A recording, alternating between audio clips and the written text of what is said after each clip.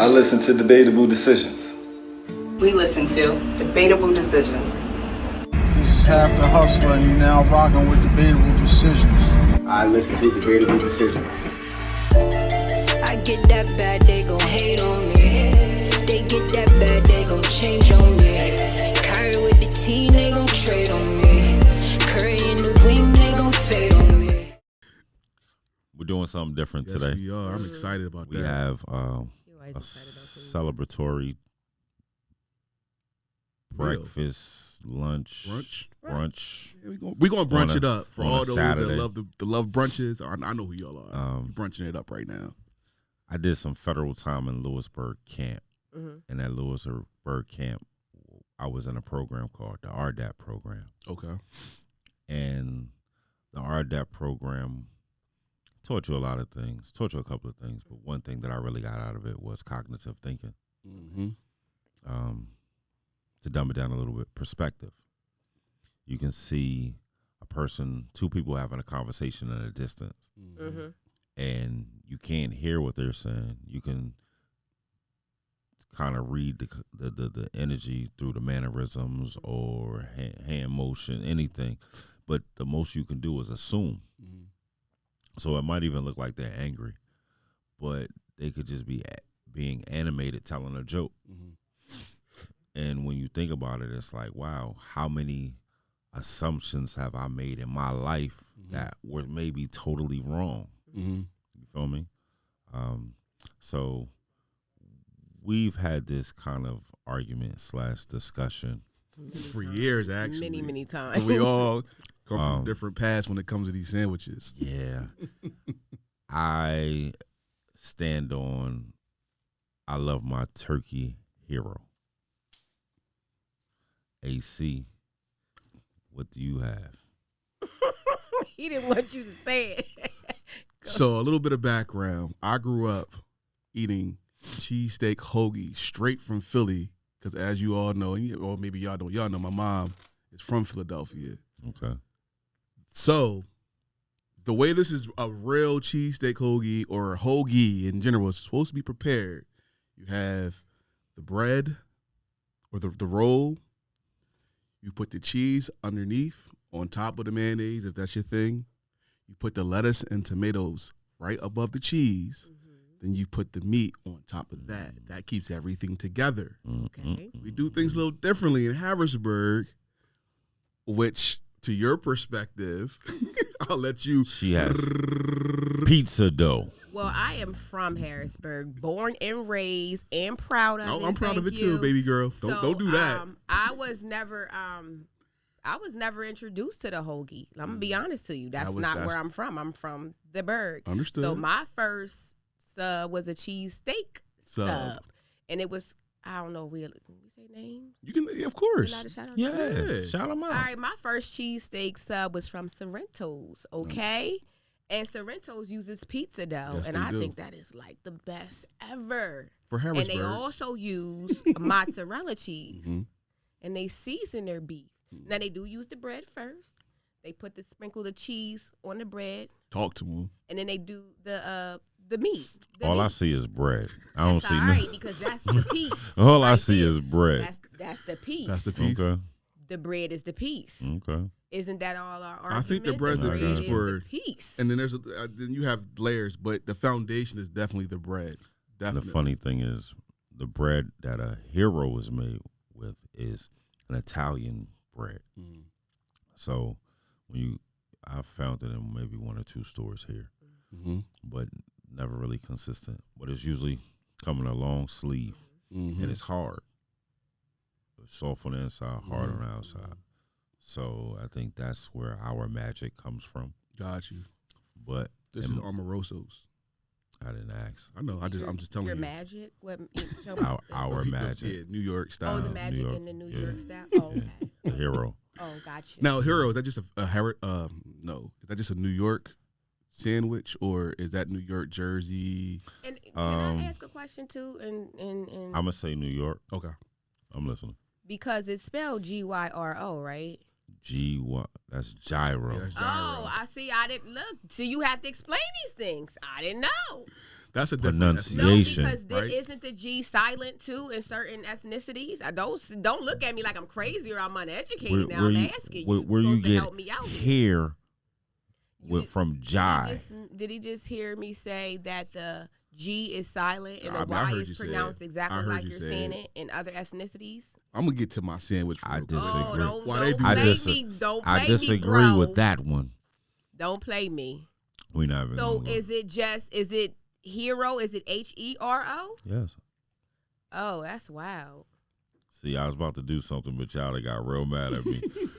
And I'm still. We don't do that. We're not. I will stop everything right now. And we don't. Don't It's be a careful. it's a good question. Yes, it is. It's a good question. You might want to go home and study some phonics and stuff. So maybe you can get keyed on up. Yeah, What I'm you're definitely talking talking to the about. educator. Thank you. Okay. All right. Now. Okay, that's why moving I'm a along. little disappointed. Moving along. She's just excited about her sub. Yeah, I am. That's why I'm not gonna eat mine when you all eat yours. Oh, I'm busting mine down. Food is sacred to me. I have to be in this position Exactly. where I can totally indulge and enjoy it. I'm with you. So when I get home, I'll put mine in the oven. Are you gonna take your Caucasian sandwich home? Oh, I mean, why you call my sandwich Caucasian? You gonna take your Caucasian because it's not even cooked right. Like the dough is bread? not. The dough is dough? not. Yeah, like it's white. It's supposed to be a little. I want you to be quiet because I don't appreciate when you're talking about my sandwich. that's great. Actually, let's get started because you're gonna make me mad today. Let's get started. What else is new? Choices. Choices. Talk about it. Choices. Sometimes we feel choices are made for us due to the environment, the humble beginnings, adversity. But when you think about it, choices is really, everything is just really up to you. I'm hungry. I have no money. I make the choice whether I rob and steal or have faith that the universe is going to provide me with a better way. Some people make choices based off of panic and fear. And the theme of debatable decisions. Making a great decision is an art form. That's right. So what we want to do is roll into our first clip. I think that there's a lot of wisdom in the next hour, 45 minutes of what you're about to watch. And we're going to come back and discuss midway through what you're about to see. I pray you enjoy. Remember, making great decisions is an art form. Mic check 1 2 1 2. What's going on, Debatable Decisions? How y'all doing? We're in New York, riding through the streets, looking at these beautiful tall buildings. I got a legend in the car that goes by the name of Al, East New York's finest, Bed-Stuy born, got kicked out of PA, held on to the 067 number. Yeah. Al, what's going on, man? Everything good. I didn't really have a 06 number though. You didn't? Nah. What they gave you, the New York I had number? a 213 number, California. 212, 213. Well, that's where the case started? Yeah. Okay. No, it started right there in PA. But why they give you the Cali number? I was living in Cali. Cali. Okay. But what they usually do is give you the number from whatever state that you caught the case in or wherever the case stemmed from. Yeah, sometimes they do I that. got you. Well, hopefully we get to forget that number one day. That number forgotten already. I don't know it no more. You I throw know your my old paperwork? telephone number, but I don't know that number at You all. throw your paperwork away? Hell no. Nah, we ain't gonna do that either. I did. I'm not gonna lie to you. I kept waking up looking at the shit, and I used to live by the shit. Like, yo, look, I ain't tell. And my mind kept going to the street shit. So that was one of my. I gotta let it go. I keep it as a reminder to not go back. Yeah. Okay. I got you. I got you. Well, we're here in Manhattan. Beautiful scenery. I want to have a really nice, informative conversation because a lot might not know your story, and I pray that you give them bits and pieces while we ride. I'm gonna start with myself and ask you a question. We walked a lot of the same streets, just not at the same time. It's funny hearing, mutual friends tell me certain things. I did the feds, come from East New York. Both ended up in Harrisburg, just at different times. Yeah, exactly right. I chose to do bullshit. Like I could have easily not gone that route. I've had plenty of opportunities to do other things. What was your case? Did you choose the life or feel like you had to go that direction? I didn't really have to, but I'm pretty much like you. I chose it. Okay. Like a lot of people choose it because the environment they grew up in, with their friends is doing it. Right. But a lot of people didn't have to do it. For example, you can look at one of today's show, Power. Mm-hmm. What is it? Tariq didn't have to do it. Right. Mm-hmm. Even his friend, the Caucasian guy, definitely. his family's a millionaire. Mm-hmm. That's like the hustle in him. But he should try to hustle something else besides that, but it's the hustle in him. Gotcha. But he ain't had to do that, not one bit. Family millionaires. A couple of them probably. Yeah. Long money. Yeah. So, some people, they choose it. It's like an addiction. It's like an addiction sometimes. So if you choose it and you ain't have to do it, I would say it is an addiction. Mm-hmm. What drew you to it? What was going on? It's just the lifestyle, when you're growing up in, like I said, the environment you grow up in, your friends, and you see like, these are the popular guys. You probably want to be popular too. You know what I'm saying? So you go, most kids, I would say like maybe 80% of the kids go that way. And it depends on how you're raised too. Okay. It definitely depends on how you're raised. So if your family keep you away from that, or they raise you right, they raise you right. But sometimes they working hard, they're not there to watch you 24/7. So, But what was it? Was it a particular person with a particular car? Was it a female you seen? Like, what really drew you to it? What drew me to the image? My pops used to fold his money. yeah. And I hated niggas that put their money in their wallet. I wanted to always fold my money. The only people I ever saw fold their money was hustlers. And then once I started hustling, it was the thrill of getting away with some shit. Riding by police dirty and they don't even fuck with you. Like, I got them little kicks out of it. So what was it for you? Like, what really drew you to, you know what, I'm gonna take these penitentiary chances? What really drew it, it's like the money thing. Like my parents always told me, do the right thing, we put you to college, and I wanted to go away to college. Okay. Sleepaway college. I don't want no regular college. I wanted to go away because I thought it was fun. BMCC and yeah, I ended up going to BMCC. So when I graduated, my mom was like, well, we ain't got it. So I tried hard to get it. Okay. But I ended up in BMCC anyway because now I can't leave New York. Right. So I still focused right there. I so much wanted to do it. I was in Baltimore at Morgan State College, just spending the night there, having fun. Right. But then no classes, no nothing. Just having fun just so out you there. can get that, yeah. Because I knew, you watch the movies, School Days, they was having mad fun in college. I want to know what that's like to go away to college and all that. But I never got a chance to do it. So, and after that, it was like, it's the money thing. Like, like you hear that song, Carols want to say, I pull about a G a week. F school. You know what I'm saying? So that was the thing. You look at it like, I'm making more than my parents. So you started. But I was going to school and hustling. Yeah, but then hustle takes over if you're weak. Yeah. Like I know some friends that was doing it, but they kept their job. I didn't keep my job. Like, I don't regret nothing I did because I'm still here today. So, but the thing is, you got to choose wisely. So hopefully you'll have some OGs that can lead you the right way.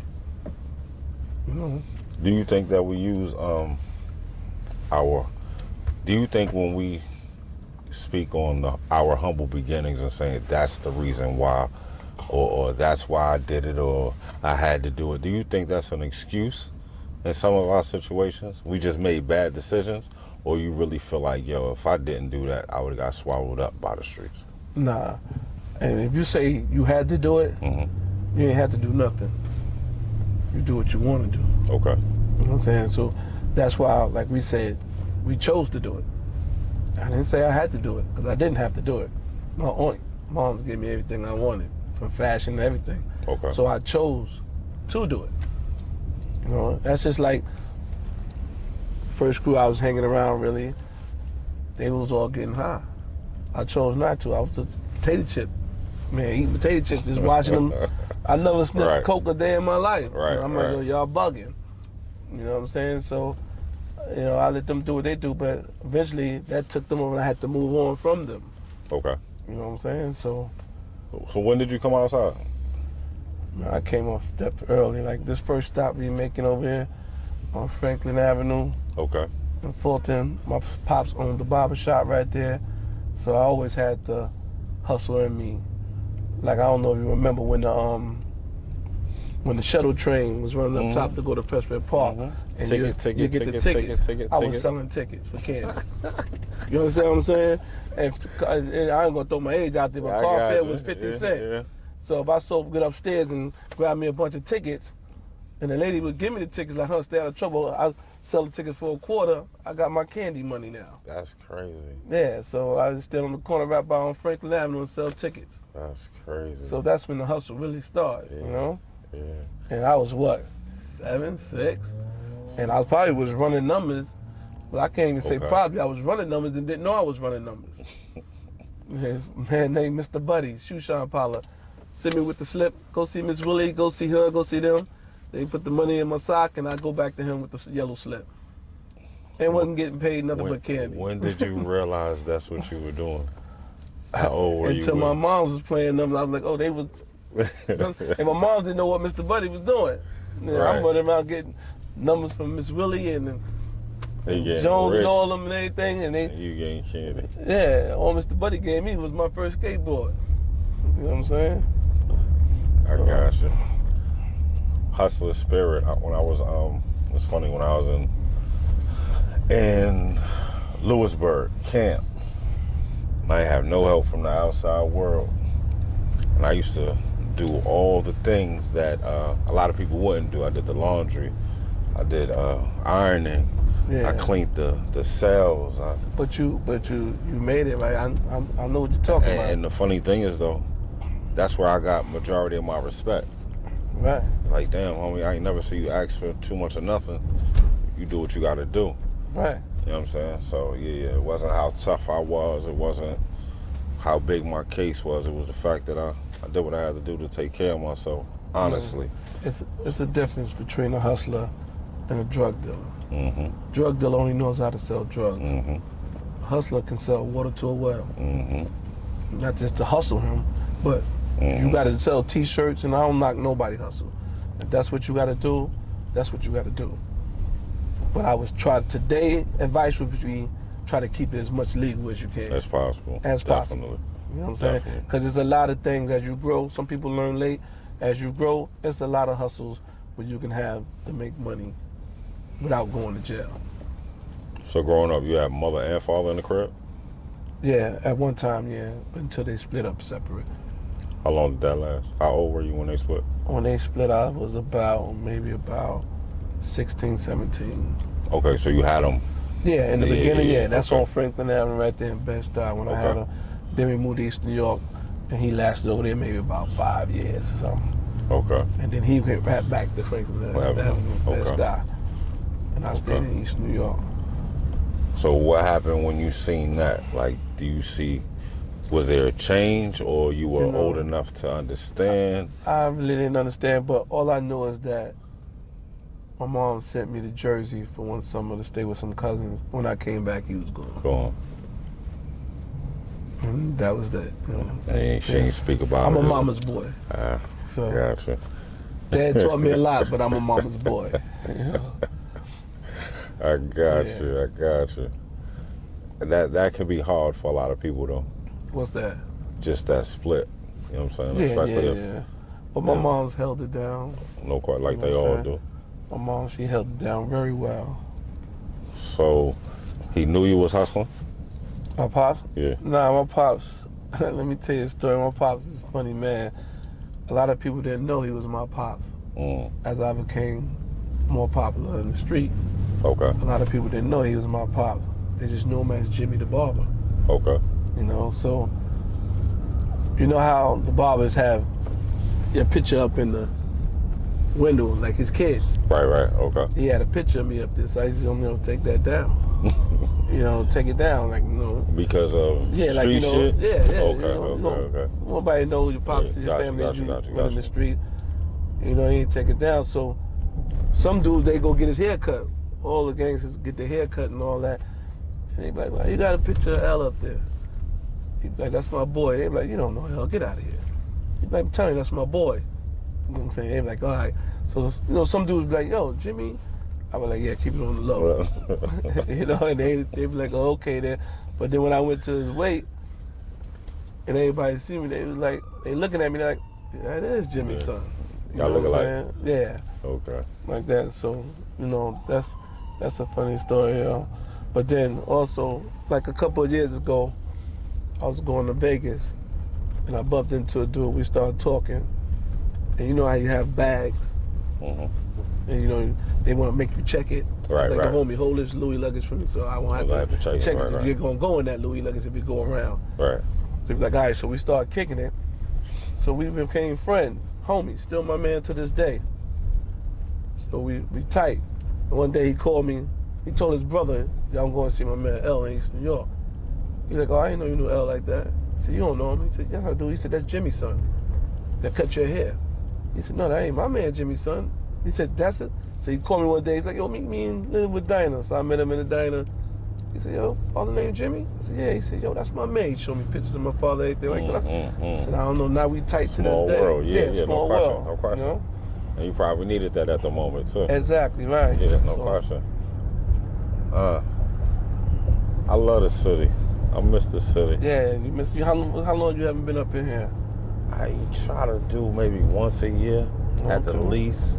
I can do it more. It's just I'm a full-time father. So you mostly officially a PA. Yeah. Right? Yeah. We not even gonna get. That's a change. Get it all the you made time. a change. Yeah. Right? Yeah, that's what it is. Yeah. As long as that change was for the better. Brooklyn birthed me, raised me to some sort, and then Harrisburg definitely did their thing too. Yeah. I can't discredit Harrisburg, Pennsylvania at all. No, it's a beautiful town. I love it. It's all right. They don't know me as L down there. You know that, right? No question. Yeah. Did they tell you my name down there? No. I use my middle name, Dominique. Oh, word? Yeah.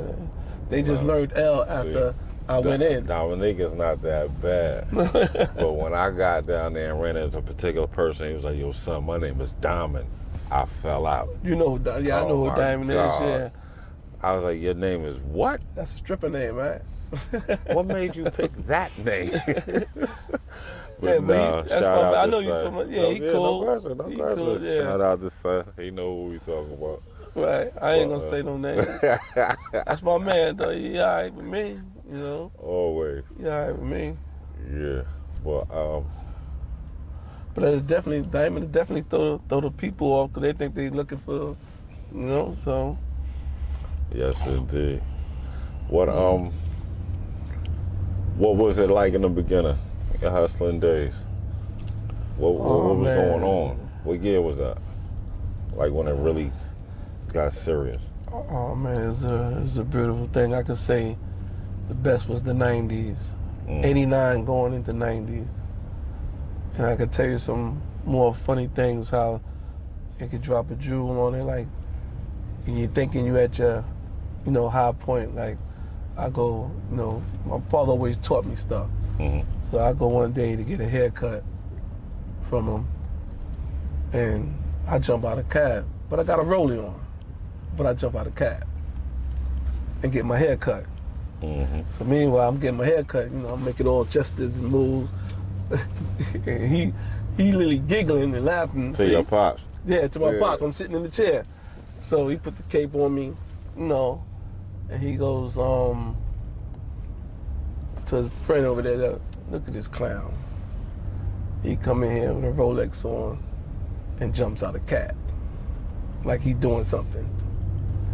That broke me down real low right there. Made you get your priorities in order. Exactly. Went and put that Rolex right in that box and went and got me a barbershop and a Lexus.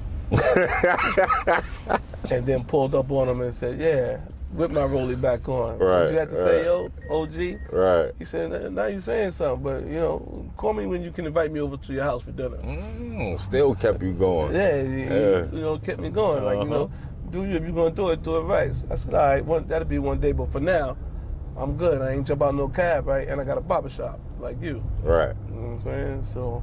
How long did you keep that? Where was the shop at? That shop was right there in East New York on Picking and Chestnut, right there. Okay. Yeah, that was the first shop. And I had a partner with that shop too, my man Nick. Okay. You know? Yeah. How long did you keep it? I kept that shop for about maybe 3 or 4 years. And then I moved and made another barbershop on 98th Street in Canarsie. Okay. It had a beauty salon right next to it. It had a record store. And what made me get the record store was, I don't know if you know him, he's from Pond Street, his name is Ron. He had a couple of basement mix stores. Oh, okay. Then he had a couple of stores, so I said, he dropped the jewel on me. Once you get 5 of them, you know, Tower Records might buy the whole joint if they're doing good. So I tried to get a couple of them, you know, like that. But that never happened though. But I had like 3 businesses right there, you know. So that business savvy at a young age, that open up a business, sell a business, not everybody has that. You think that you got that watching Pop Dukes? Yeah, exactly. From all the jewels he would drop. Okay. You know? You got that because I didn't get it from nobody else. Nobody around was opening businesses. Everybody was just living. But like I said, he called me a clown. Like, he jumped out of a cab with a Rolex on. You know, trying to stunt on him. One thing about a Capricorn, I'm not even going to tell you said something that made me think. I'm just going to hold it, and that's just going to be the fuel for the rest of until I can accomplish whatever I need to accomplish. Exactly. So I understand, definitely. It's a blessing to have a man in your life, let alone your father, be able to consistently, maybe not agree with everything you're doing, but still love you. That's what unconditional love is. Exactly, right. Regardless of what you're doing, I'm still going to love you. I'm still going to give you what you need to grow. Exactly, right. I might not spoil you, but I'm going to love you. Yeah. Yeah, that's dope. That's My aunt is the one that spoiled me and showed me that in so many words that you ain't got to go out there. Okay. And do that. I got you. Why? Why was you? You was just to spoil you? No, I'm not spoiled, but let me give an example. You know, Franklin K. Lane. I was in Franklin K. Lane, right? That's my high school. Right. They breaks in my locker. Steals my sheepskin. You probably heard that story, right? Nah, I did. All right. They breaks in my locker. I'm playing ball. And he steals the sheepskin. Now I'm on the special bus going home cold. Everybody, now they know who did it. I don't know who did it, but everybody like, damn, they got him. You know? So I go home, I'm mad as shit. So I'm like, I'm gonna catch somebody, I'm gonna do something. My aunt is like, nah, we don't do it like that. Right. You show them that it's nothing. Take me back down to Delancey Street, get a different color one, come back to school on Monday, because they stole it on Friday. And he like, oh shit. I said, yeah, auntie told me to tell y'all that ain't nothing. Y'all can keep it. So it ain't nothing, because she don't want me going back doing that to nobody. Right. Y'all can keep that, man. That ain't nothing, man. They right there in the store. Right. You know what I'm saying? So she spoiled me, kept me Playboys out, British Walkers, Leather Bombers, all that. She's like, you ain't got to do nothing. I got you. Mm-hmm. That's crazy. Yeah. I would have took advantage of that. I'm not gonna lie. I'd have messed that up some way, somehow. Asking for a little too much something. Mm-hmm. Yeah. So with all of that though, you didn't even have to. All right, outside of the streets, what did you want to do? If you wouldn't have went that direction, what do you feel you would have did? Oh man, like I just wanted to go away to college and then choose from there. But you know, I used to say when I was young, I always wanted to be an actor. Because the actor, he has a bad girl on his arm, and he gets to play the roles with the nice girls. You can't beat that. You know what I'm saying? Did you ever try? Nah, I never tried that. You did. You did. What I did? That life. Oh yeah. I was telling somebody. That's a good act. I was telling somebody not too long ago. I was like, yo, when you hustling in the streets, you gotta mix everything together. You gotta be a con man. You gotta be all types of stuff. It's like a con man. How? I was like, listen, when police walk up to that window, and you dirty, definitely. You're not gonna be who you. But nah, some people ain't good actors. They start shaking, they break down. Some people they don't know how to do that though. So you're right about that. You know. It's definitely that life is terrible, man. Man, let me tell you, life it is what it is. But some people, I don't even know why they call it easy money, because it's hard money to me. You have to watch it. You got to be watching your back all the time. Police, it's hard. You got to sleep with one eye open. Right now, I go to sleep. I enjoy my rest. Back then, you got to circle the block twice, 3 times, and all that. I'll pull that up, man. Straight to the crib. Don't have nothing to worry about. They got all cameras everywhere now. But that's a hard life, you know. I tell this story to a lot of my friends and homies. It's a 9:45 story. It's about dealing with adversity and not knowing what's coming at these adverse times. So you might be going through something and wonder why. And when it's all said and done, you got a blessing coming, and the devil doesn't want you to receive your blessing, so he's sending you a bunch of negative energy. Game was given. Before we get any further in our conversation, on this particular day, we were riding through the city, feeling good. Yeah, man. We were definitely on cloud 9, enjoying the energy, enjoying putting a production together. We had a couple hiccups before we even left Harrisburg. Yeah, check out Mark Mann's episode. Right. But we were really flying high. And you can, our original plan was to go from Manhattan into Brooklyn and give you a real in-depth look and feel of where he's from. And I said it in the interview, we walk the same steps, just at different times. We meaning you, me and Al. Right. So I was born in Bedford-Stuyvesant. He was born in Bedford-Stuyvesant. My father's from East New York, so I moved to East New York. He moved to East New York. I came here to Harrisburg, spent a lot of time in Harrisburg. He did the same thing. So we were really trying to give that feel. And unfortunately, what you're about to see is what stopped us from going to Brooklyn. Like, we was riding down the West Side Highway. I mean, the FDR, feeling good. Everything was beautiful. And then all of a sudden, traffic stopped. Traffic was heavy and it just stopped. It just stopped. Wild, right? But not this energy. Not this type of it was different. Yeah. But I think it's like we all felt it, but we didn't know what was going on. And then a couple of days later, that Monday, I got footage of what stopped us. What actually happened? Okay. From going across that bridge. Okay. So we were in a Maybach, feeling good, high off life, and I believe someone actually lost their life at the same time that we're riding. Life. Yeah. So I just wanted to perspective. Yeah, you can't take nothing for granted. You know what I mean? Like nothing. At all. And I think one thing I really appreciate about season 1, and that I've learned is, no matter. So my upbringing, I come from a 2-parent household. My dad, educator, musician. My mother, hairstylist. entrepreneur. Then there's me. You feel what I'm saying? And I kind of fall in between both. I've been in the education field for 10 years now. I produce music. I'm a creative, entrepreneur, all these things. And growing up, you know, I had friends that didn't come from the path I came from. And I appreciate, I didn't know until I got older, like what my dad was doing. So my dad not only taught school, and he kept me out of the Harrisburg school district. And he, you know, some people would give him backlash for that because it's like, why are you in a school district, but your son's not good enough? And us being educators, we've had those same conversations with individuals. You can work here, but you can't bring your child here. Long story short, my dad always made sure for me to stay grounded.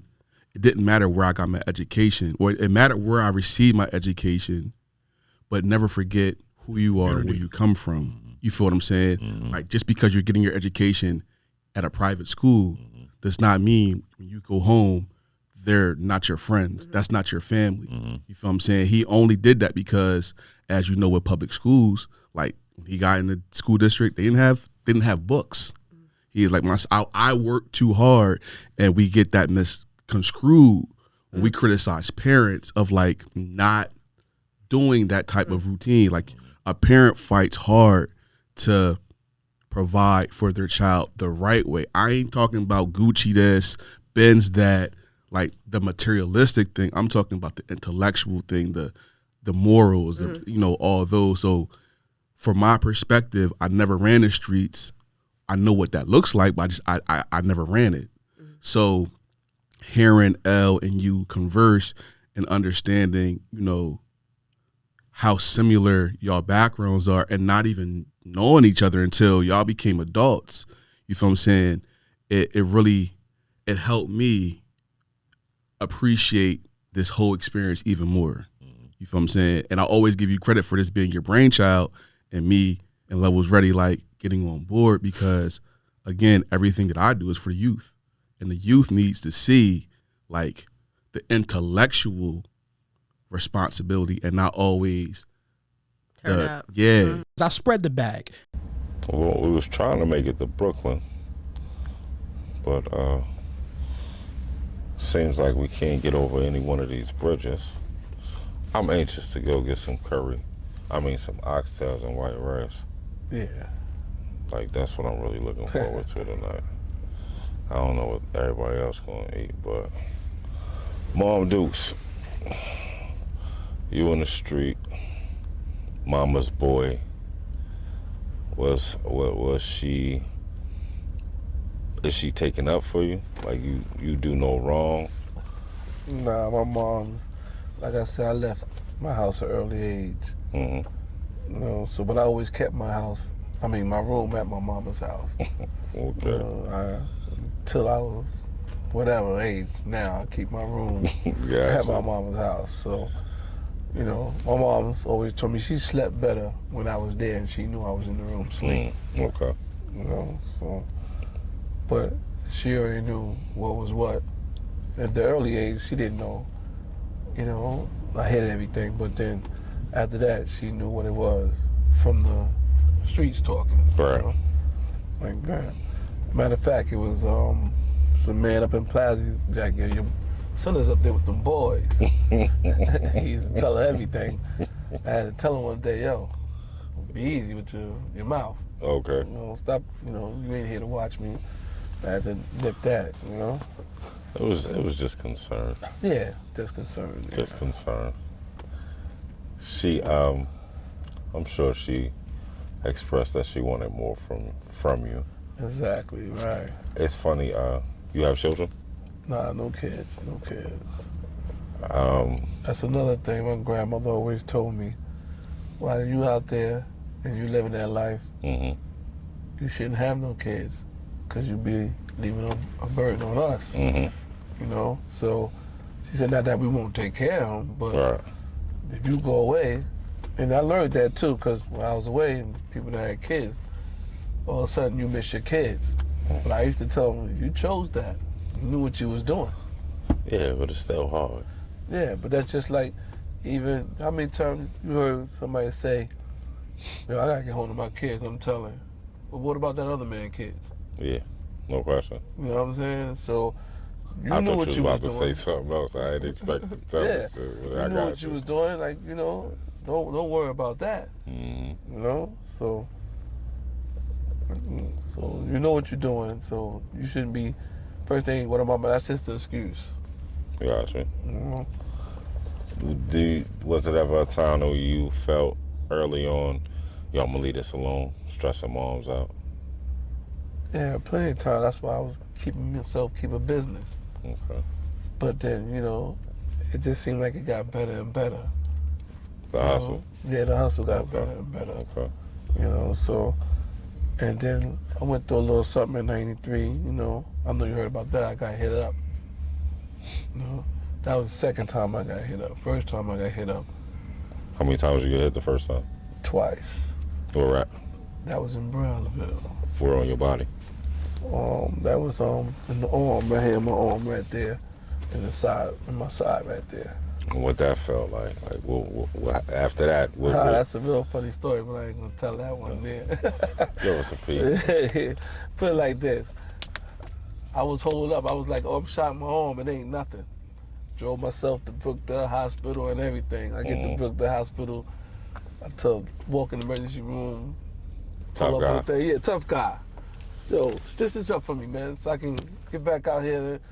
He's like, oh, you hit right here too? I'm like, oh my God. Oh my God, I'm hit where? He's like, yo, just lay down. I was like, oh shit. It's different now. And then it was so crazy. I could say his name, my man Hot Sauce. He was working in the hospital. He saw me here tell you that nigga was like, oh shit. Hollering. But I didn't know I was hit right there. Right. Yeah, adrenaline. Yeah. Yeah. It was crazy right there. So when did that happen? The first one happened when? That had to happen like about in 90. And then the next one was 93? 93, yeah. That was a terrible one there. And you know what's so crazy? I got hit right by Franklin and Fulton. Back over there. The crib? Yeah, in the crib, yeah. Where you get hit at? On the body? That was leg, chest, arm, stomach. I got hit 5 times with that one right there. Mm-hmm. So I was sedated for like maybe 3 weeks and a half, unconscious. So I had to learn how to walk again and everything. Okay. And to tell you the truth, like I said in the beginning, we have our own decisions. I was done then. So when that happened, you did? Man, I had to go to rehab and everything. First day out the hospital. Right back at it. Right back at it, man. Why? Got a call. I made an easy $10,000 that first day. You know what I'm saying? So that's a lot of money back there. Mm-hmm. So right back at it. Just got hit. Just got shot. Yeah. Second time being shot, by the way. Yeah. Second time being shot. And you had some common sense in the beginning. I'm going to leave this alone. Right. And then that ain't last too long. Right. You know what's crazy? My aunt came to see me, right? And I'm looking at her like, yo, they hit me. Oh, I was like, I don't want to hear that shit. You out there doing that bullshit, shooting and all that. You thought nobody wasn't going to shoot you? Man up. I don't want to hear that right now. Tough love. Yeah, exactly. Yeah. You made your bed, now you gotta lay in it. Exactly. But I'm still gonna love you. Exactly. Yeah. So what's Mom Duke saying though? That second time, 93. Mom Duke was hysterical. Like, I couldn't know. I saw her when I was in the hospital. She made it to the hospital before they even took me in the back room. Okay. After that, I didn't see her until I woke up. Right. But my friends tell me, my right-hand man told me, my mom just looked at all of them and said, what y'all doing here? I got this. Y'all need to go get the boys that did this to my boy. So now Mom is vicious right now. Ooh. You know? Ooh. What y'all doing here for? I got this. You know? So. Yeah. And my mom's the sweetest mother, lady on earth. Right. That's And my they baby, though. Yeah, they told me, she said that. I said, damn. I'm telling her that, well, she's God bless, she's gone. But I like, you kind of know, like you called the hit that. You called the hit then. I don't know if you know, but you called the hit. You wouldn't supposed to be doing that. Yeah, that's. I'm pretty sure that hurt her bad though. Yeah. Just to see you laying there like that, I couldn't imagine. Exactly. Shit, my kids get a broke fingernail that bleed or something, I'm going crazy. So I pray they never ever enter the streets. Well, that's up to you. You gotta take control of that. To a certain extent, it is up to me, but then we also gotta realize they make their decisions just like we made ours. Exactly. So I swear I'm cool. I got 7. So I think I'm cool. Jeez.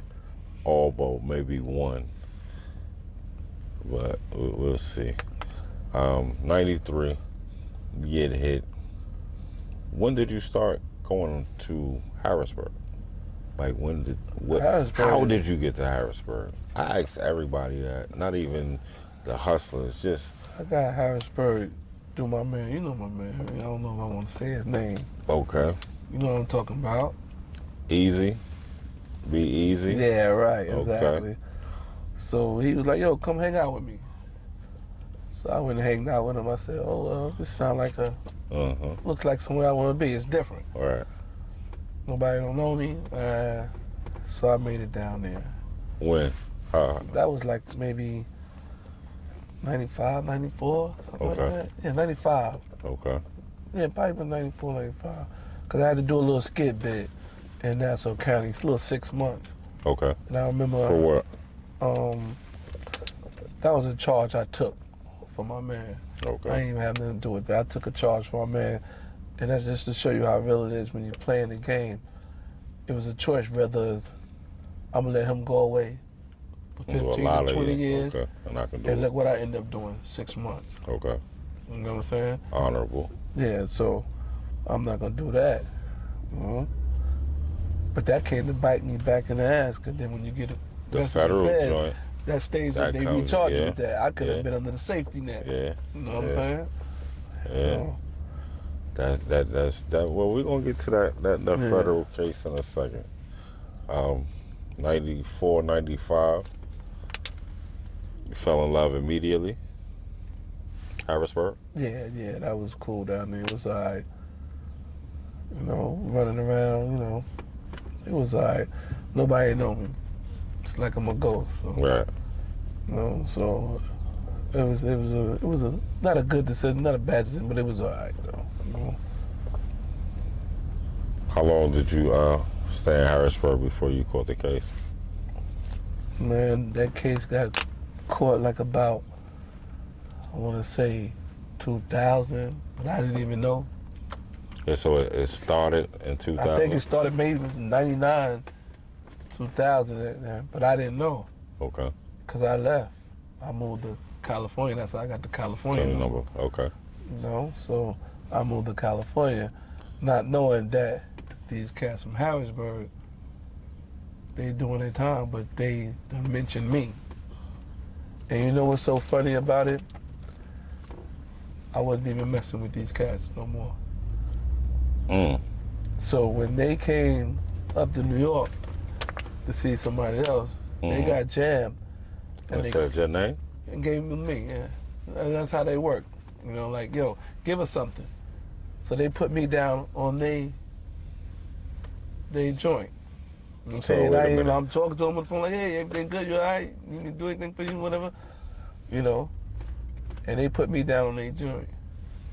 So you wasn't even dealing with them at all. They get knocked instead of telling on. No, they told on him. Oh, they put told me on down him? with the joint. The situation. Right, put me down with the situation. And you was in Cali minding your business. Exactly. And they just bump into me in Cali and they search and see if we got warrants. They like, oh, well, hold him. On the day, I'm like, no, impossible. But you was just out and about? Nah, they came to my crib and they Okay. was looking for somebody, but they wasn't looking for me. Okay. So then, you know, they just checked the warrants and everything like that. Oh, he got a warrant, we taking you. He said, yo, you going to jail for a long time, kid. I said, nah, I ain't did nothing. He wasn't playing though, you know. But they was following us. We don't even remember them following us. It was crazy. We in Rite Aid and all that. They was there. We see some girls, we try to talk to them, they was the police. And everything, so that was crazy, but they... Oh, they are very good at what they do. Exactly. They are very good at what they do. And now with all this high tech, man... It makes no sense. I'll tell you in a minute, choose another hustle. You know what I'm saying? It makes no sense. Choose another hustle, man. I don't care if you're selling t-shirts, bottled water, choose another hustle. Clean a car, anything. Right. Detailing, anything. It makes no sense to play that game. Anything illegal, honestly. Yeah. It comes back to bite you in your ass. Exactly. And like you just was saying, you never know when. Exactly. You never know what was going on. It happens to a lot of people, honestly. Left the game or just got thrown into I was some... in California, and then they just grabbed me up, and then they pull up. I'm like, I'm still cocky a little bit when I'm in California. I'm like, I'll go home. What y'all got? I ain't got nothing. But then my man said, I said, you know where you at, right? I said, you in the feds. You don't go home from here. He said, don't nobody beat the feds, man. I said, oh, wow. Thought about it like, oh, yeah, he right. I ain't going home. Get in front of that judge. He like, $4 million, bail. I'm like, who you think you got here? You know what I'm saying? So what did they say, though, when they told? What information did they give them? Man, they told them that they was coming to see me, and they wasn't coming to see me. But you know what's so crazy about it? And they know they wasn't coming to see me, and they know whether they just wanted to make another case. Because that's the case. If you got me at the top of the ladder, well, I get less time than all of them. All of them. They 20 and 25, and I get 7. Because they really didn't have nothing. They ain't have nothing, but you know, you can't fight the feds. I'll probably still be in there now. Yeah. Because you can't do it. I mean, you can, but you can try, but you can't do it. Right. You know what I'm saying? So I'll plead out, and then they give me the 7 years. Even the cops like, look at this guy. But then when they was on stand, that's when my lawyer was like, this is when I do my work. He made them look crazy. So you still went to trial? No, it's like a pre-trial before you get sentenced. Yeah, I got you. So you can tell how much they're going to give you. Okay. So as they get on the stand. So they came basically to say how bad of a person you I'm going was. to say their name, Marcel Brown. That was his name. What's Papa real name down there? Lil Papa. Oh, Rick Martin. Yeah. Yeah, them dudes is all in the paperwork. Only one that's not in the paperwork is, let me see, Docky. Okay. I don't know Docky. I forgot Docky. Barry Williams. He's good people. Good people? Yeah, because he knew the truth. Gotcha. And whoever Amy something, girlfriend, the white girl, she knew that wasn't a lie, so she was like, nah, I ain't got nothing to say about him. They knew the truth. The other dude was just using as an escape. The dude DC, what's his name? I forgot the real name, and that's why I keep my paperwork to this day. Gotcha. Too. So, part of their thing was, we'll do it, but make sure he never able to come back to Harrisburg again. Who, the people that told on you? Yeah, because that's where they going. That's why you can't come back to Harrisburg. Right. You can't come back to Harrisburg, you can't come back to Pennsylvania. Matter of fact, I can't come back to Harrisburg. I have to let them know that I'm coming there. Harrisburg. Right, the middle. Is it just Harrisburg or the whole middle district of PA? It's Harrisburg. Okay. I just gotta let them know if I'm coming there. Just like I work in the hospital too. Just like when I went to go get what they call it, you gotta go click clearance. The background check. Yeah. Background check. So I had to go to Harrisburg. So I said, all right, let me go get the thing real fast. So I went to the courtroom. They was like, you take your ID in the federal building. So he looked, you asked for this? I said, man, I'm just trying to get a job. Right. He said, in and out. in and out. So I went and got the paperwork, and here I go. I'm driving, leaving the courthouse, right? They jumped on you. No, they ain't jump on me. This is where you say, name of your show is what? Debatable decisions. I go right by the Burger King. I'm looking like, oh damn, there go what's that, 6th Ave, Market Street and all that. Yeah. Burger King is McCray Street. I said I should wait. Cameron Street. Yeah, Cameron Street. I said I should go see what's going on. I said, you know what? Highway. Good decision. Ain't been back yet. Okay, so you get caught in Harrisburg. What they gonna do? First of all, what they gonna charge you with? I don't know. I don't know what them charges to be. Okay. That's why you here in New York seeing me. I love it. Yeah, you know. I love it. Cause I don't care what they going. I'm not even interested what it is because I know I ain't going. Going right. It makes no sense. Right. What I'm going for? Nothing at all. Right. That's crazy. That story is crazy.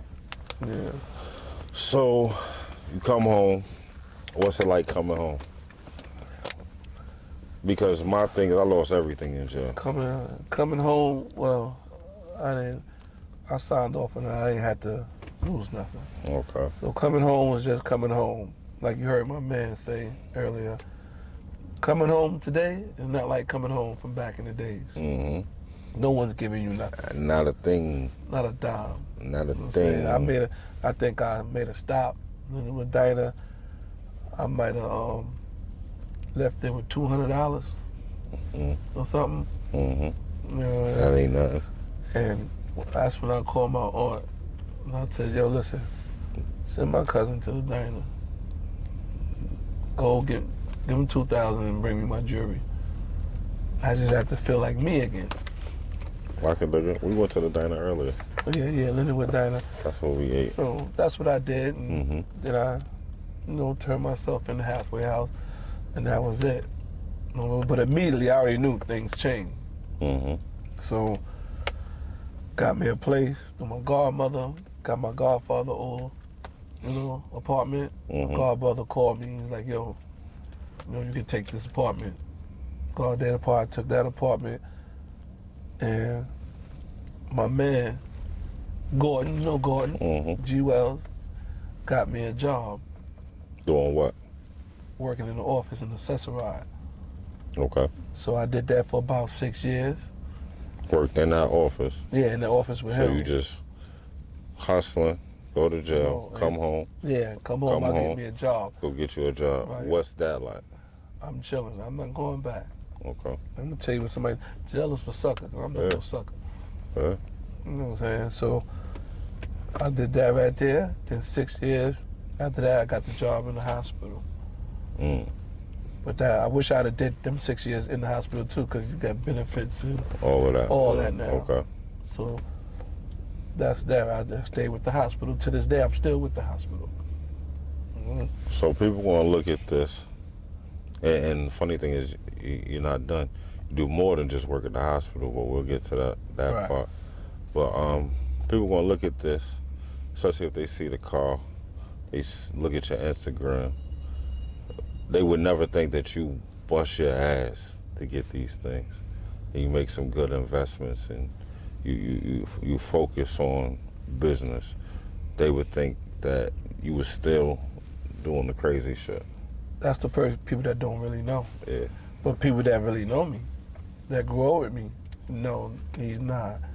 He's doing that, he's doing that. They know, because just like I do Airbnb, right. Work at the hospital, what you want to get through later, part owner of the restaurant, me and my girl. It's a lot of things, so you can do a lot of things and still live good. Now don't get me wrong, it ain't the money where you can do. You just got to know how to do it. Do it, right. Budget it. And that gram, everybody rich on the gram, ain't they? Except for me. Well, I wouldn't know. Except for me. You are, everybody, look, don't nobody post nothing bad. They'll just post it when it's good. Sometimes people have more good times than other people, so you'll think they doing better than other people. Now, I go away a lot, so people are like, well, how you doing that? Well, don't worry about how I'm doing it. Really, you should try to do it. Explain, but I honestly drop the jewels. Maybe not necessarily in this situation, but show them how you doing it. Well, Because I work a double almost every day. So I might work a full month straight and then I go enjoy myself. You know what I'm saying? And I'll go away. But you don't just work the double and go home. You go to the restaurant.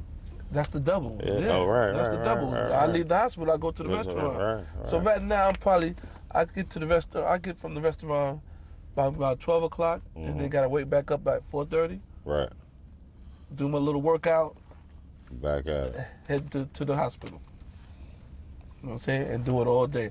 And mind you, I'm doing that 6 days a week. The only reason why I'm not doing it 7 is because my restaurant is closed on Mondays. Okay. And like I said, I will work 30 days and then next month go away. Well, I want to commend you. One, not coming home and trying to do the same thing over again.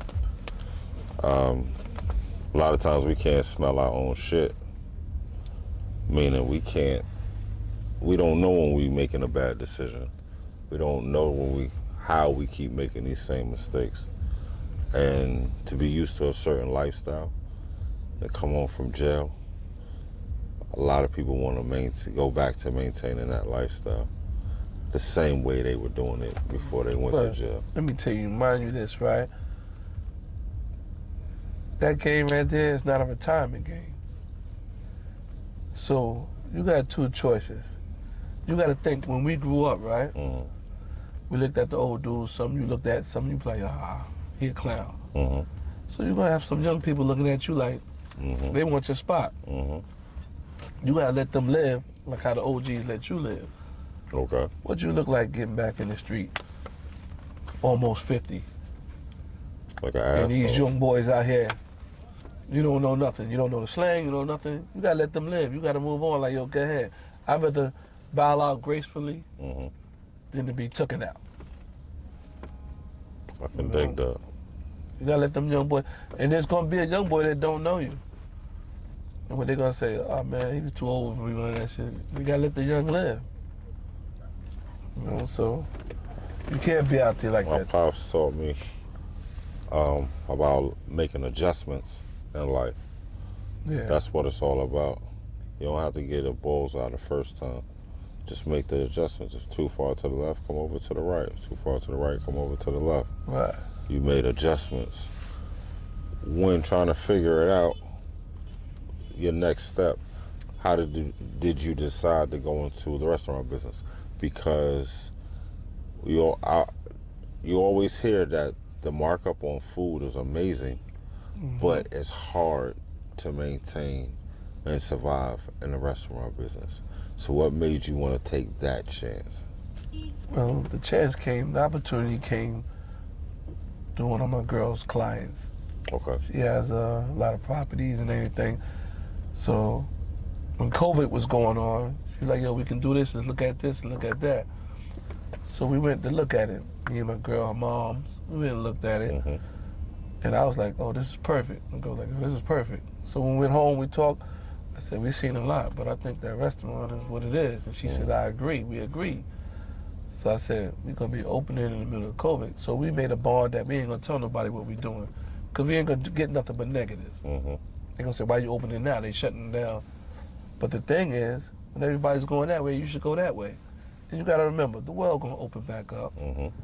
And I was trying to tell people, while COVID going on, instead of getting that free money that everybody about to get locked up for, you need to go get this stuff as a bargain. If you want a car, you want a house, that's the best time to get it, and all the rates are low.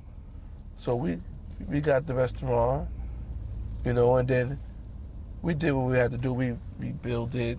She did all the decoration. Okay. Look marvelous right now. Definitely does. Make you feel like you in What the made her now. go with that? That's what I. She's from the Virgin Islands, and we know there's no Caribbean food around there. Got you, but the color scheme, that's just her. She's from the Virgin Islands. She know how back home look. Look, okay, and feel. Right, and feel. Yeah. So when you go in there, you get the good feeling of it. Yes. And everything like that. So you put us two together, it's gonna work. Perfect marriage. Everything. Gotcha. You know what I'm saying? So We did that, and within 30 days of us opening up, they shut us down. They shut the restaurants back down. But mind you, to-go was crazy around in the neighborhood we in. We didn't have no liquor license at the time, no nothing. We still made it. And right now, we have the liquor license, everything. Everything is perfect. It's open back up. This summer's gonna be crazy. It definitely is. How long have y'all been open? A year and a half. Okay. Yeah. How long did you go without the liquor license? About 6 months. Okay. But to go, and you gotta remember, when they shut us down, you only had to pay 3 people. You paid your cook, the cleanup guy, and the guy in the front to take the orders and give the orders out. Okay. And I was there helping. Okay. You gotta put time in, you know? So you paid 3 people. Now I gotta pay a full staff. Got 4 cooks, bus boy, servers, bartender. Gotta pay a full staff. Are you having fun though? It's a hustle. I love the hustle. I'm having fun. Okay. Game was given. First off, I want to shout out Mamas. What is that? Oh, Mama Subs, yeah. Mama Subs. Or Mother Subs. Mother Excuse Subs. me. No, So, I'm just trying to no, help you're you. right. No, you're 100% correct. And I appreciate that because I came across this about a month ago. Okay. Tried it, and this was, I couldn't make it to Philly like But it before was the today. closest. But this is the closest that in my perspective, from my perspective, this the total package. Like that they packaged it exactly. If I were to go, that's where I take you in Philly, etc. So yeah, shout out Mother Subs, definitely. And yours is? I'm saying shout out Sorrento's. I'm only not eating mine because I have to eat mine after it's been warmed up in the oven, and I get those mozzarella cheeses back right like I like them. I was about to. Yeah, good. Don't even. Mama's is where? Second and McClay. Yep. Second to McClay. Across the street from the gas station. Yeah, Right there. It used to be the barbecue joint. Yeah. Okay. See, I was raised up So- there. I told you this. Shout out to Mama's Subs Mother's Subs on Second and McClay in Harrisburg, Pennsylvania. And you said Sorrento's on Dairy Street. What's that, between 18th and 19th? It's between 19th and 18th. Yeah, Right across from Rolling Academy. Right across in Harrisburg, Pennsylvania. And I had got mine. Your hero. My hero. From Green and Emerald. I'm not sure what the store is called, but when I say that the bread is fresh, the turkey is fresh, and I'm really enjoying it. And it looks like honey turkey. It's definitely honey turkey. They have options. Yes, and they have a whole menu there. I'm anxious to go back and really see what they do. I'm gonna check them out. When I'm ready to eat a Harrisburg sub, I'm gonna check them out. It makes me think of that place I told you I would go to in Yeah. Philly. Oh, yeah. In Germantown. A student taught in Germantown. And it was this, I ate, oh my God, the first taste of turkey pastrami. I just I lost my mind. I started eating it like every day. So we visited there a while ago. Yeah, back in July. Yeah. We went to Philly actually the July 4th weekend to celebrate our birthdays. And because hers is the 28th, mine's the 30th. So June we got up out of here. And they were finally open because she showed me it, but every time I would go. And remember the last time we went, I tried to get her one. Okay, yeah. And they had just closed. Yeah, they just closed. So now I know like where and the time. So because I'm always in Philly, obviously, I try to surprise her with what she likes. You feel what I'm saying? That's right. So I wish I can get a surprise with some insomnia the cookies. Right? I knew it was coming. But when I was young, I went to New York for my summer vacation from 9th to 10th grade. Okay. And this was the first time that I was taught how to practice basketball. Okay. Right. And it's something else happened. I learned a life lesson in practicing basketball. Mm-hmm. So my father used to practice with me, taught me some good habits. But one lesson he taught me that I used outside of basketball more than I use inside of basketball is adjustments. It was like you get 2 foul shots. At the least, you should be 50% for free throw shooter, because the first one, if you miss, all you got to do is make the adjustment. So if you off to one side, make the adjustment. And it registered then. You know, I was a decent free throw shooter, but it registered more after my basketball life / career, whatever you want to call it, was over. Those words carry me through some really hard times, because at times I would just give up, and then I realized, yo, just make that adjustment. You understand what I'm saying? That's right. Make that adjustment. Pivot. Right. Another way of saying it. You understand what I'm saying? And that's the most important thing in life, is being able to pivot, make an adjustment, regardless of what's going on in your life. If it's not working, that doesn't mean it's not meant to be. It's meant for you to just use a little more brain power. I came home in 2013. No, December of 2014. Okay. Yep, because that's when I keep saying that's when I met you. Well, I remember meeting you for the first time down at City Hall. Yeah. And at that time, you know, you're in jail, you put the plan together. Foolproof plan. 100,000 my first year, making 100,000. I could have, but I was moving to Pittsburgh, do X, Y, and Z. January 4th, I moved to Pittsburgh. I was back in Harrisburg January 31st. 2015. 2015. Okay. So I was there 30 days. And came back. I spent the next 4-5 months depressed as shit, barely leaving my room. I had a son that slept in the room next to mine, and I barely dealt with him at all because I couldn't make that adjustment. I thought everything was going to go one way. It didn't, and I locked myself up. And mainly because I didn't want to go back to jail. And I didn't trust myself at the time to go outside and be involved in the world and not make a bad decision. So you made an adjustment, and I was going to say that whole your dad's advice, that's perspective too, perspective as well. So you did make an adjustment. It just wasn't the adjustment that you needed to make for those around you, like for you to be more involved, because you stay in the crib so you could be, you know what I mean, not in the BS. So I always just try to commend, like, look at it half full instead of half empty. Yeah, you feel what I'm saying? That's all. I got you. We but in life, everybody has to make adjustments. You get yours. Absolutely. Yeah, I was thinking about mine the whole time you were giving that example. Yeah.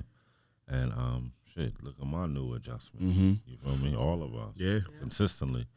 So that's something that if you don't take much else from this conversation, perspective, cognitive thinking, not everybody that stares at you has an evil thought. You might just remind them of someone that they lost, that they love. A trigger. You might remind them of a moment. They might feel your energy and just don't know how to communicate with you. Not everybody that gives you something loves you. Not every no is hate. Sometimes a no is love. Can I add one? Sure. Give yourself grace. Everybody at this table, we have to keep that in the forefront. Grace, because first of all, we're children of God. You feel what I'm saying? And I say that no matter what the different beliefs are, I just feel like it's all the same thing at the end of the day. And we pour into each other the same things that we want poured into us. Mm-hmm. And that can be very, very draining because we're doing it to all these other like silos. Mm-hmm. So through all the experiences and the pivots that we've all made, some by choice, some by, just life, just keep grace in the forefront. Because then all those other things that you said will all continue to make sense. Mm-hmm. Just wanted to add that. You want to take us out of here? I know you got a whole lot to say. I actually don't. I mean, I think you all said that beautifully. I think you said that beautifully. I don't have anything to take us out of here. She's just ready to put her sub in the oven. That is correct. Y'all keep. Listen, we can. We can. Season 1, I appreciate. I want to shout out real quick. Humble and Hungry, no question. Miss Emma's, definitely.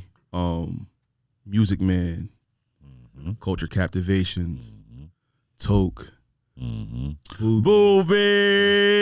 Question, Booby. If it wasn't for Booby, New York would have been. We would not have this episode. Correct. Now. Our households, although my household is sitting in front of me. Y'all carry a funny smell from your house when y'all come outside. Y'all should work on that. Okay, say less. Thank you for that. Because I definitely the sacrifice that goes into putting together a season. Oh my God, this is my first full season of anything. You feel what I'm saying? And this responsibility on top of working the 9 to 5, on top of the other different projects. I thank y'all for being patient with me. You feel what I'm saying? And I think we had to be patient. Yeah, we definitely had to be patient with you.